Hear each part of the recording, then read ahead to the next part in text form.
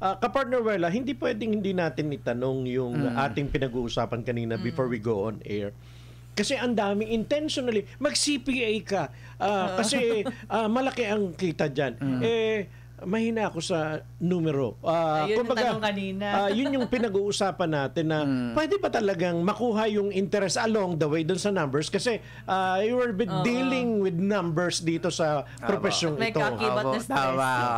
Sa totoo lang po, yung mga gustong mag-take ng accounting or accounting course, ang lagi nila una nasa isip, dapat magaling ako sa math. Pero sa katotohanan, yung galing mo sa math, pangalawa lang yan. Pangalawang requirement lang yan. Ang pinaka-importanting requirement, kung gusto mong matuto na accounting, magaling kang mag-analyze.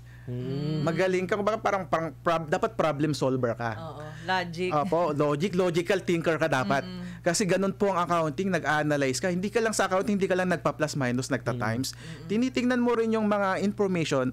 Ito ba is kailangan kong i-plus? Kailangan ko ba i-minus? Tama ba to na i-report ko dito? 'Di ba? Ano ba yung rule pag magre-report ba ako ng revenue sa aking ITR? Ano ba yung rule? Ano ba yung mga taxable revenue sa non-taxable revenue? Ano ba yung mga expenses na allowed ng BIR? Ano hindi allowed? Ina-analyze mo rin. Hindi ka lang basta nagma-minus, nagpa-plus. Yung computation, it will follow eh. Matututunan mo rin po yan eh. Pero yung pag magaling ka mag-analyze, pasok ka sa accounting.